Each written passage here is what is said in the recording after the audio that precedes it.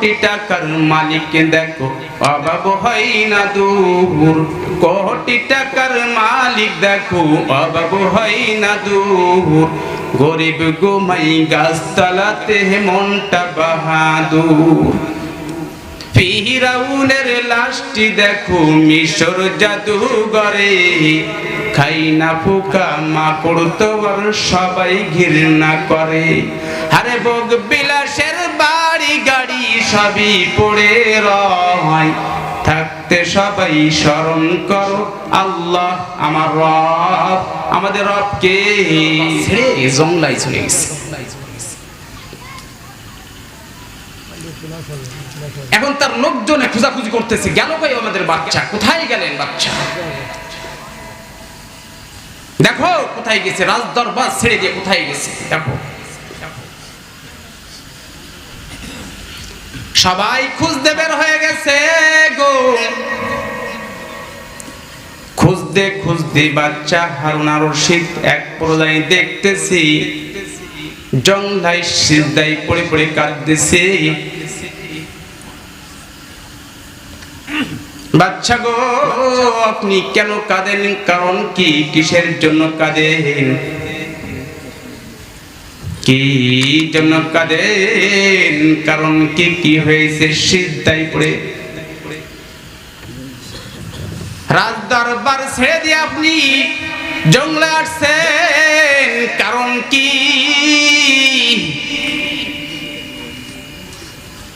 রাজ দরবার ছেড়ে দিয়ে আপনি জঙ্গলে এসে এতটা কাঁদতেছেন, কারণ কি, কি হয়েছে বলেন? বাচ্চা হারুন আর রশিদ ডাক দিয়ে বলতেছেন, এই যুবকরা শোনো শোনো, আমি রাজ দরবার আর ফেরত যাব না, আমি আর রাজ দরবারে ফেরত যাব না। কি কারণে যাবেন না, কারণ কি বলেন বাচ্চা? কি হয়েছে, কারণ কি, কেন যাবেন না বলে? ডাক দিয়ে বলতেছেন, এই যুবক শোনো, আমি কোরআন তেলাওয়াত করতেছি, কোরআন তেলাওয়াতের ভিতরে এমন একটা আয়াত আমাকে রাজ দরবার ছাড়তে বাধ্য করেছে। আয়াত, এমন একটা আয়াত আমাকে রাজ দরবার ছাড়তে আমাকে বাধ্য করেছে। ফারিকুম ফিল জান্নাতি ওয়া ফারিকুম ফিস সাঈর। এই রাজ দরবার ছাড়তে আমাকে এই আয়াতটা আমাকে বাধ্য করেছে। এই যুবক তোমরা বলো না, বলো না, আমি একটা প্রশ্ন করব, প্রশ্নের উত্তরটা যদি সঠিকভাবে দিতে পারো গো, তাহলে তোমাদের ওই রাজ দরবারে ফেরত যাব, ওই রাজ দরবারে আমি ফেরত যাব যদি সঠিকভাবে উত্তরটা দিতে পারো। বাচ্চা হারুন আর রশিদ ডেকে বলে, এই উত্তরটা যদি সঠিকভাবে দিতে পারো তাহলে ওই রাজ দরবারে ফেরত যাব। বলেন বলেন কি প্রশ্ন? তোমরা বলো না রে, আমি জান্নাতি না আমি জাহান্নামী, তোমরা বলো। এই যুবক তোমরা বলো না, আমি একজন জান্নাতি না আমি জাহান্নামী। যদি এই প্রশ্নটা যদি তোমরা সঠিকভাবে দিতে পারো তাহলে ওই রাজ দরবার আমি যেতে বাধ্য হব। আর যদি এই রাজ দরবার ওই যদি সঠিক উত্তরটা না দিতে পারো তাহলে আমি ওই রাজ দরবারে আমি যাব না।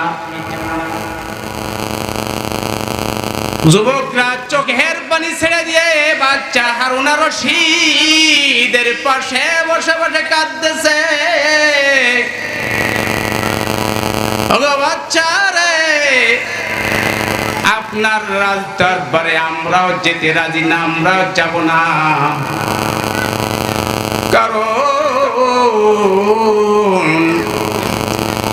আপনাকে যে রাজ দরবার ছাড়তে যে আয়াতটা বাধ্য করেছে, ওই আয়াতটাও আমাকেও আমাদেরকেও রাজ দরবার ছাড়তে বাধ্য করেছে। না না না, আমরা যাব না, যাব না, আমরাও আপনার সঙ্গে থাকব। এ যুবক বাবা রে, ক্ষমতা দেওয়ার মালিককে আওয়াজ দিয়ে বলেন কে? হই নাই ক্ষমতা দেওয়ার মালিককে আরো আওয়াজ দিয়ে বলেন, আরো মহব্বতের সঙ্গে বলেন কে? পিছনের ভাইরা বলতেছে না কে? আল্লাহকে ডাক রে বান্দা, আল্লাহকে ডাক। সবাই বলেন আল্লাহকে। আরে ডাকার মতো ডাকতে পারলে, আরে ডাকার মতো ডাকতে পারলে কলব হইবে সাব। আল্লাহকে ডাক রে বান্দা, আল্লাহকে ডাক। লা ইলাহা, জোরে জোরে, লা ইলাহা ইল্লাল্লাহ, জোরে লা।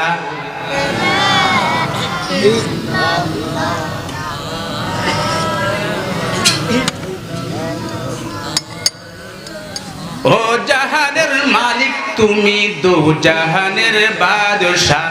ও জাহানের মালিক তুমি, দু জাহানের বাদশাহ।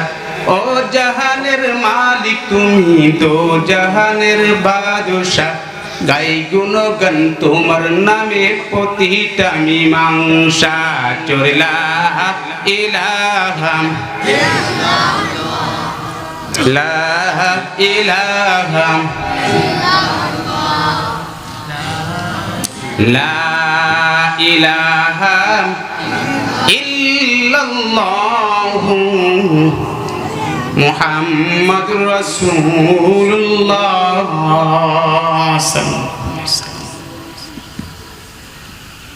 তাহলে এই রাজ দরবার ছাড়তে শুধু আমরা তো রাজ দরবার নিয়ে বসে থাকতে রাজি,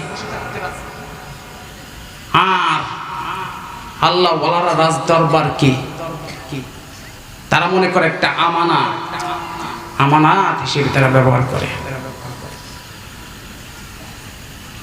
সবারই দুনিয়া থেকে ছেড়ে যাওয়া লাগবে, কেউ ইচ্ছা থাকুক আর নাই থাকুক, সবারই দুনিয়া ছাড়া লাগবে। তো এই দুনিয়ায় থাকার জন্য বহুত চেষ্টা করেছে মানুষ। আসলে একটা বাড়ি করতে গেলে 50 বছর, 60 বছর, 70 বছর হয়তো আমি বাঁচবো। একটা বাড়ি করি 100 বছরের মেয়াদের বাড়ি করি, কথা বলেন ঠিক কিনা? একটা বার কি চিন্তা করে দেখছি ওই কবর নামক জায়গাটা যে আমার কঠিন একটা ভয়ঙ্কর জায়গা। ওই কবরে সবারই যাওয়া লাগবে, কোথার কোটিপতি, কোথার দানট্য ব্যক্তি, কোঠার গরিব ব্যক্তি। এই জন্য কবি বলছেন, কোটি টাকার মালিক দেখো অভাব হয় না দূর। কোটি টাকার মালিক দেখো অভাব হয় না দূর। গরিব ঘুমাই গাছতলাতে মনটা বাহাদুর। ফিরাউনের লাশটি দেখো মিশর জাদুঘরে। খাই না ফুকা মাকড় তো আর সবাই ঘৃণা করে। আরে ভোগ বিলাসের বাড়ি গাড়ি সবই পড়ে রয়। থাকতে সবাই স্মরণ করো আল্লাহ আমার রব। আমাদের রব কে? মহব্বতের সঙ্গে বলেন কে? আমাদের রব আল্লাহ। এই জন্য এই ঈমান আর আমলকে মজবুত করে নিয়ে কবর যেতে হবে। কারণ দুনিয়া তো থাকার জায়গা না।